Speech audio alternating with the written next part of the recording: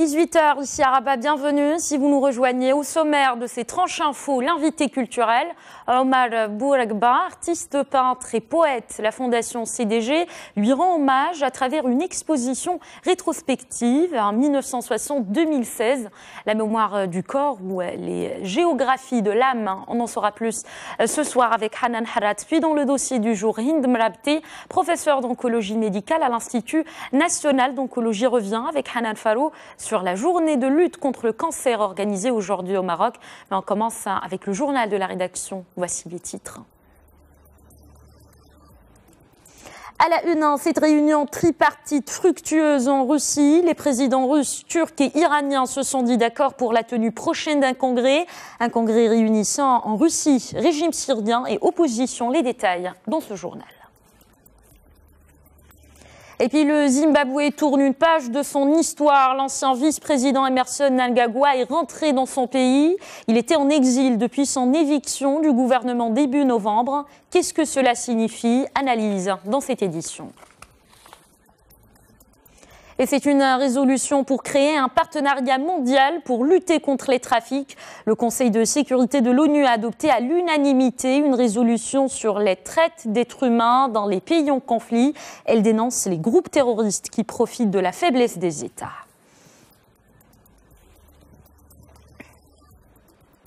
Mais avant de développer ces titres, sachez que des prières rogatoires seront accomplies vendredi au Maroc dans l'ensemble des mosquées du royaume, selon le ministère des Habous et des Affaires islamiques. C'est sur ordre du roi Mohammed VI Amir al-Mu'minin, suivant la tradition de son ancêtre vénéré le prophète Sidna Mohammed, chaque fois que les précipitations se font rares et pour implorer le Tout-Puissant de répandre ses pluies bienfaitrices sur la terre. Au Maroc, toujours les funérailles du général de corps d'armée Abdelhak El-Qadiri, décédé hier, se sont déroulées aujourd'hui à Rabat. C'était en présence du prince héritier Moulay El-Hassan. Après les prières d'Ad-Dohr et du mort à la mosquée Al-Shuhada, la dépouille du défunt général a été transportée à la Zawiya Al-Qadiriya, où elle a été mise en terre. Le roi Mohammed VI a adressé hier, souvenez-vous, un message de condoléances et de compassion à la famille du général Abdelhak El-Qadiri. Le souverain a exprimé à la famille du défunt et à travers elle à tous ses proches et amis, ainsi qu'à sa grande famille au sein des phares, ses vives condoléances et ses sincères sentiments de compassion. C'est une préoccupation majeure de la communauté internationale, la situation en Syrie. Les présidents russes, turcs et iraniens se sont dit d'accord aujourd'hui pour la tenue prochaine d'un congrès. Un congrès réunissant en Russie régime syrien et opposition. C'est à l'issue d'un sommet consacré au règlement de la crise syrienne à Sotchi. Férouz Bentalb. Avec ce sommet organisé dans la station balnéaire russe de Sotchi, le maître du Kremlin, principal soutien de Bachar al-Assad, veut préparer l'après-conflit, alors que le régime, soutenu par l'armée russe, a repris une grande partie du territoire syrien aux rebelles et terroristes.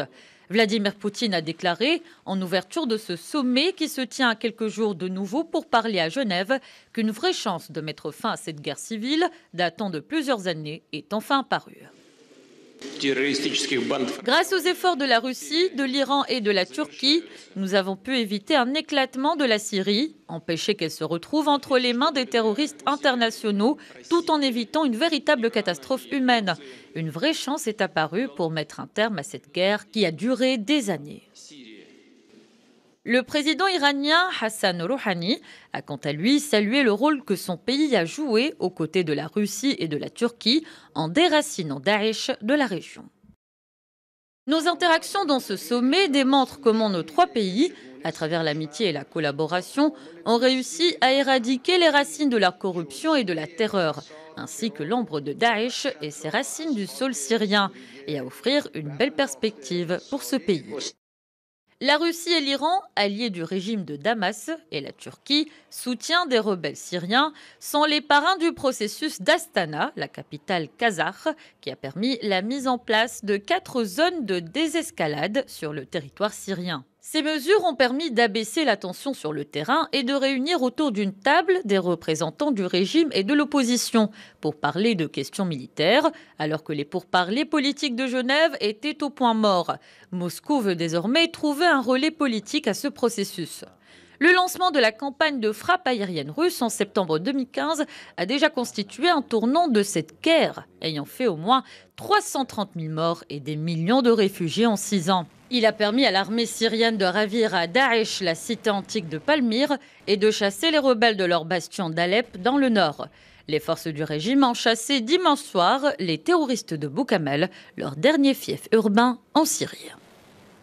On parlera encore de la crise syrienne, mais on ira à Riyad à présent. Les principales factions de l'opposition ont entamé des négociations aujourd'hui dans la capitale saoudienne. Elles tentent d'unifier leur position sur fond d'initiative pour mettre fin au conflit meurtrier, un conflit qui ravage la Syrie depuis 2011, à l'invitation du ministère saoudien des Affaires étrangères.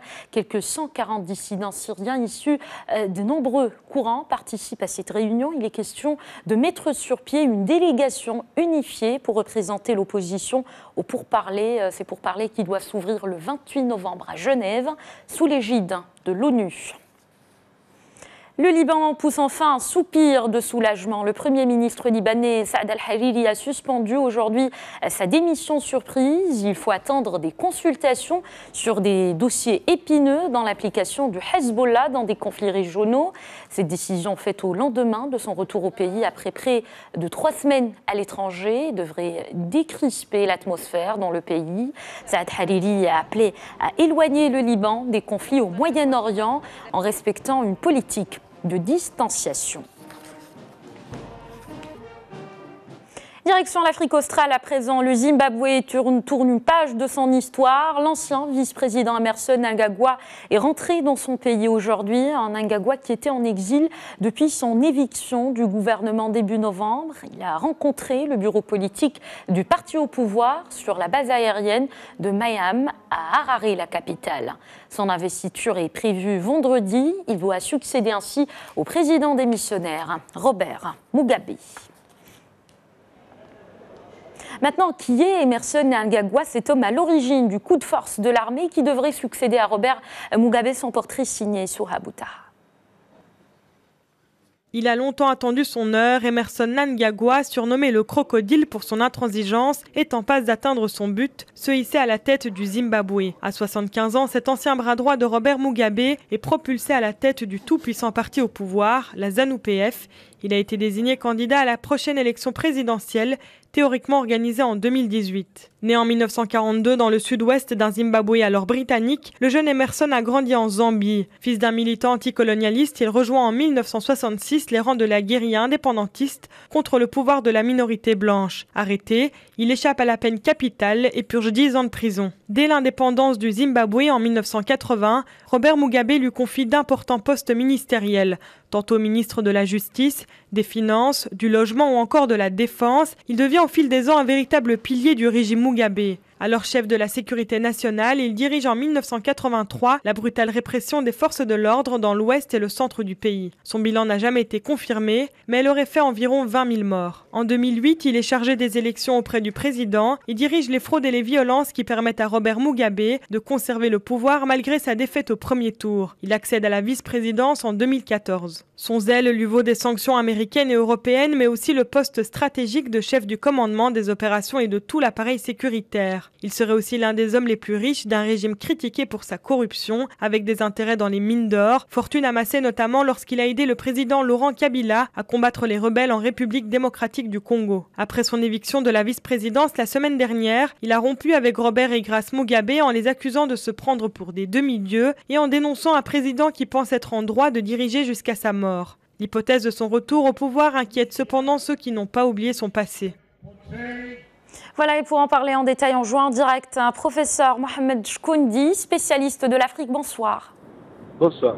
Alors après 37 ans au pouvoir sans partage, Robert Mugabe a finalement accepté de démissionner. Est-ce qu'on va assister à une transition vers la démocratie au Zimbabwe ? Oui, bien sûr, parce que le départ de Mugabe, qui à un moment donné fait un symbole de libération, mais il est devenu un symbole de l'échec économique, parce que le pays traverse une crise aiguë. Donc avec son départ, une nouvelle page s'ouvre dans l'histoire de Zimbabwe. Donc cette nouvelle page pose des défis. Ces défis sont au nombre de 3. Le premier défi, c'est la réhabilitation de la confiance de la communauté internationale dans le Zimbabwe. Parce que le Zimbabwe avait perdu la confiance de la communauté internationale. La preuve en est qu'il n'y avait plus d'investissement, il n'y avait plus de contact avec les institutions financières internationales. D'autant plus qu'il souffre d'une véritable crise de liquidité d'un point de vue économique. Le deuxième défi, c'est par rapport à la réhabilitation de la situation économique. Parce que Robert Mugabe avait géré le pays, la gestion de l'économie de Robert Mugabe était catastrophique. Catastrophique parce qu'il y avait la réforme agraire des années 2000 qui aboutit à des résultats dramatiques au niveau qui ont été matérialisés par la chute draconienne de tout ce qui est production agricole, le blé, le maïs et j'en passe. Aussi par la planche à billets, la politique de la planche à billets qui a été pratiquée dans les années 2000 et qui a amené le pays à des taux d'inflation inédits. Et il se fait de dire qu'en 2005, le taux d'inflation au Zimbabwe était autour de 800 milliards %. C'est inédit par rapport à tout ce qui est inflation quand on dit ça à un économiste. Le troisième élément, c'est la réhabilitation de la confiance dans les institutions politiques et économiques. Parce que les Zimbabwéens, il faut dire qu'ils ont perdu confiance dans leurs institutions économiques et dans leurs institutions politiques. Et la preuve en est que pendant ces dernières années, ils ne veulent plus, par rapport à leurs transactions économiques, commerciales, ils ne voulaient plus entendre parler de dollars zimbabwéens ou de la monnaie zimbabwéenne. Ils préféraient surtout le dollar. Donc, bien, oui, donc la période de transition, on sait que, évidemment, en toute vraisemblance, Emmerson Mnangagwa sera investi demain en tant que nouveau président. Donc son objectif, c'est-à-dire son rôle sera de gérer le pays, de gérer cette période de transition. Donc on espère que la période de transition sera provisoire parce que il faut normalement en principe qu'il gère le pays pendant 3 mois. Après pendant cette période qu'il prépare les conditions optimales pour qu'il y ait des élections enfin libres et transparentes au Zimbabwe. Donc on espère normalement que cette période de transition débouche sur l'ouverture d'un dialogue qui va réunir toutes les forces vives de la nation, la société civile, les partis d'opposition, ainsi que la ZANU-PF, pour que vraiment le Zimbabwe puisse s'engager dans une nouvelle phase qui sera marquée par des réformes importantes, on espère au moins, au niveau de la gouvernance économique et la gouvernance politique. C'est-à-dire des talons d'Achille de Zimbabwe jusqu'à maintenant. Alors, professeur Chikondi, vous l'avez dit, il y a une transition démocratique, mais maintenant, quel avenir pour le Zimbabwe après la fin de Mugabe, surtout qu'Emmerson Mnangagwa a mis en œuvre pendant plus de 3 décennies la politique de Robert Mugabe? Mais comme le disent beaucoup d'analystes, l'avenir est brillant parce qu'il faut dire que, prometteur, parce qu'il faut dire que le Zimbabwe était bloqué à cause de la gestion catastrophique de l'économie du pays, de la situation politique aussi, des contacts de Zimbabwe avec la communauté internationale. Donc oui, il y aura des réformes au niveau d'abord, il faut commencer parce que Mnangagwa aura la charge de gérer la période transitionnelle. Donc l'objectif étant de réhabiliter la confiance, d'ouvrir des contacts avec la communauté internationale pour des réformes économiques audacieuses et importantes et en finir avec cette gestion catastrophique. Aussi, il y a des réformes importantes à effectuer au niveau de la politique monétaire du pays, sans pour autant parler aussi de la réforme agraire, parce qu'il faut dire que depuis la politique d'expropriation des terres des fermiers blancs, il y a certaines terres qui sont arables, qui sont restées en jachère et n'ont pas été exploitées. Le deuxième élément, c'est au niveau de la gouvernance politique. Donc il faut que la ZANU-PF fasse preuve de bonne volonté, c'est-à-dire qu'il montre qu'il est capable de s'ouvrir sur les autres partis, y compris les partis d'opposition, pour que la transition se déroule en bonne et due forme et que la gestion ne reste pas limitée au sein de la ZANU-PF. Merci beaucoup, professeur. Merci beaucoup, professeur Mohamed Chikondi, pour cet éclairage. Donc, merci d'avoir répondu à nos questions. Un mot de justice à présent. Le boucher des Balkans a été condamné aujourd'hui à la perpétuité par la justice internationale pour génocide. C'est pour crimes contre l'humanité et crimes de guerre. Les crimes commis se classent parmi les plus haineux connus du genre humain. C'est ce qu'a souligné le magistrat. Pour ce qui est des circonstances atténuantes évoquées par la défense, eh bien, ils ont eu peu ou pas de poids dans le jugement. Cap à présent sur les États-Unis. Washington dénonce un nettoyage ethnique en Birmanie. Les violences ont poussé plus de 600 000 Rohingyas à fuir la Birmanie depuis fin août. Les responsables de ces atrocités doivent rendre des comptes. Selon le secrétaire d'État américain Rex Tillerson, il accuse certains parmi l'armée et les forces de sécurité birmanes ainsi que les groupes locaux d'autodéfense. Depuis 2012, dans de vastes zones de la région, les enfants Rohingyas n'ont plus le droit d'être scolarisés dans les écoles gouvernementales. Ça y est, le Conseil de sécurité de l'ONU a adopté à l'unanimité une résolution sur la traite d'êtres humains dans des pays en conflit. Une résolution pour créer un partenariat mondial pour lutter contre les trafics. Elle dénonce particulièrement les groupes terroristes qui profitent de la faiblesse des États pour alimenter les trafics d'êtres humains. Selon le secrétaire général des Nations Unies, Antonio Guterres, il est de notre responsabilité collective d'arrêter ces crimes. Nous devons agir immédiatement pour protéger les droits et la dignité des populations migrantes. Selon le patron de l'ONU, toujours, cela signifie que les responsables seront traduits en justice. Au Sénégal, là, maintenant justement, le Sénégal qui hausse le ton. Le président sénégalais Macky Sall a déclaré que son pays va faire traduire en justice les auteurs de la vente de migrants originaires d'Afrique subsaharienne sur le territoire libyen. Le Sénégal restera mobilisé dans toutes les instances internationales, y compris le prochain sommet Union africaine-Union européenne. L'objectif pour que les auteurs et complices de ces actes inqualifiables soient traduits en justice est le réseau criminel démantelé. C'est ce qu'a déclaré hier le chef de l'État sénégalais et c'était dans un discours prononcé à l'ouverture de la deuxième session ordinaire du Parlement de la CEDEAO. Allons à présent à la rencontre de ce jeune Sénégalais qui a vécu le calvaire pendant 7 mois entre les mains de ses ravisseurs en Libye.